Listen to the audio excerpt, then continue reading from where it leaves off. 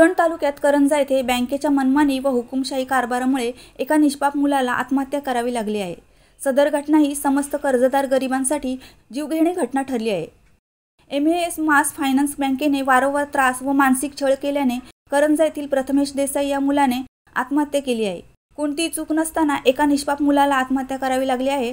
त्यामुळे आत्महत्या केलेल्या मुलाच्या आईवडिलांना जबर धक्का बसला आहे। मुलगा अचानक गेल्याने आईवडील व त्यांच्या कुटुंबियांवर दुःखाचा डोंगर कोसळला आहे। या घटनेमुळे सर्वत्र हळहळ व्यक्त केली जात आहे। मात्र अन्यायकारक पद्धतीने देसाई यांचा मृत्यू झाल्याने पोलिसांनी या घटनेची सखोल चौकशी करून एमएस मास फायनान्स कंपनी संचालकांना तात्काळ अटक करावी अशी मागणी प्रथमेश देसाई याच्या आईवडिलांसह जनतेतून केली जाऊ लागली आहे।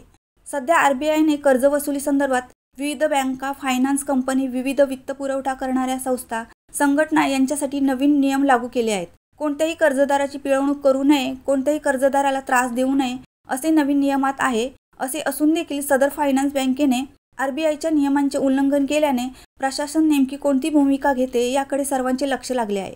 या देशात उद्योगपतींचे कर्ज माफ होतात, मात्र सर्वसामान्य गरीब लोकांचे कर्ज माफ का होत नाही असा सवाल आता जनतेतून उपस्थित केला जाऊ लागला आहे। हप्ते वसुली संदर्भात गोरगरीब लोकांना नेहमी सतत त्रास का दिला जातो असा सवाल आता उपस्थित होत आहे। रायगड प्रतिबिंब न्यूजसाठी विठ्ठल ममताबादे, उरण।